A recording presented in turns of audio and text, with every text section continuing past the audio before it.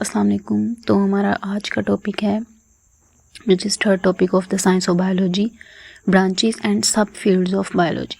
अब बायोलॉजी की कुछ हमने मेजर फील्ड्स पढ़ी जैसे जोलॉजी, बॉटनी एंड माइक्रोबायोलॉजी। अब हमने फर्दर उन फील्ड्स को डिवाइड कर दिया कुछ स्मॉल ब्रांचेस में, जिसमें हम बहुत ज़्यादा कंसाइज स्टडी करेंगे विच इज़ कॉल्ड सब फील्ड्स ऑफ बायोलॉजी। इसमें सबसे पहली आ जाती है मॉर्फोलॉजी। मॉर्फोलॉजी का क्या मतलब है कि आपने इसमें किसी भी ऑर्गेनिज्म का फॉर्म और स्ट्रक्चर पढ़ना है। फॉर्म और स्ट्रक्चर का क्या मतलब है, उसकी साखत और उसकी बनावट, कि उसकी जो उसका बॉडी है वो किस तरह से बनी हुई है, कौन से स्ट्रक्चर्स हैं जो उसको बना रहे हैं और उसकी बनावट किस तरह की है। इस जैसे कि एग्जांपल के तौर पे आपने प्लांट की मॉर्फोलॉजी पढ़नी है तो आप उसके लीफ के, उसके स्टेम, उसकी रूट्स जो हैं, उस तीनों का स्ट्रक्चर पढ़ोगे जो उसको बना रहे हैं। ये उसकी साखत होगी, बनावट होगी। इसमें हम अगर हम और इसको डीपली देखें तो इसमें हम आउटवर्ड अपीयरेंस जो एक ऑर्गेनिज्म की है, जो उसकी बैरूनी आपको शक्ल नज़र आ रही है या ज़ाहरी शक्ल उसकी जो आपको नज़र आ रही है, अंदरूनी नहीं सिर्फ बैरूनी, बाहर की, आउटवर्ड, तो उसको आप अगर स्टडी करते हो तो वो मॉर्फोलॉजी मींस कि हमने इसमें उसका शेप देखी जो हमें उसकी बाहर से नज़र आ रही थी, उसका कलर, उसका पैटर्न, ये तीनों चीज़ें हम इसके अंदर स्टडी करते हैं। इसी तरह हम उसकी बॉडी में जो ऑर्गन्स मौजूद हैं, ऑर्गन क्या हैं, जिस तरह हमारी बॉडी में हार्ट है, लंग्स हैं, किडनी है, इनका भी अगर आप इनकी भी साखत पढ़ोगे, इनकी बनावट, तो वो भी मॉर्फोलॉजी में आ जाता है। फिर दूसरी हमारे पास मॉर्फोलॉजी के बाद ब्रांच आती है एनाटॉमी।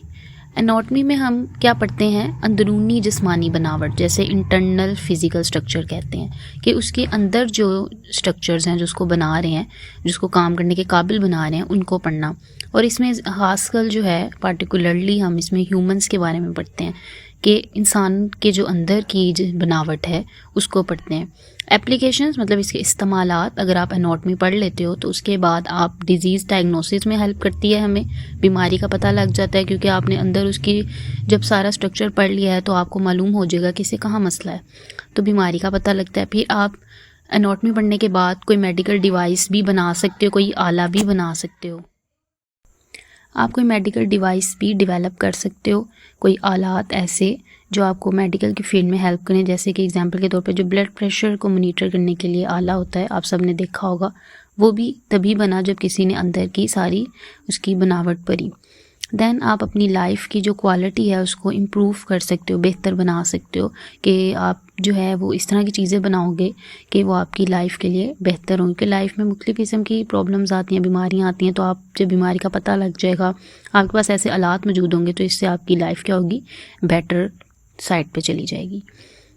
एग्जाम्पल अगर हम देखें एनाटॉमी में, तो आप अगर अपनी बॉडी के डाइजेस्टिव सिस्टम को पढ़ते हो, डाइजेस्टिव सिस्टम क्या होता है, हाजमे का निज़ाम, कि आप खाना खाते हो, वो आपकी बॉडी में जाकर हज़म होता है, फिर आपके जिस्म में वो अब्जॉर्ब होता है, खून के अंदर शामिल होता है, और देन वो खून के ज़रिए पूरी बॉडी तक उसमें जो भी न्यूट्रिएंट्स हैं वो जाते हैं। तो अगर आप इसमें कौन कौन से ऑर्गन्स शामिल हैं आपके डाइजेस्टिव सिस्टम में, या क्योंकि आपको पता है उसमें माउथ भी है, ईसोफेगस है, देन उसके बाद स्टमक आ जाता है, इंटेस्टाइन आ जाती है, तो ये सारे ऑर्गन्स को पढ़ना डाइजेस्टिव सिस्टम के बारे में, तो वो एनाटॉमी में आ जाता है। नेक्स्ट हमारा टॉपिक है फिजियोलॉजी विच इज़ सब फील्ड ऑफ बायोलॉजी।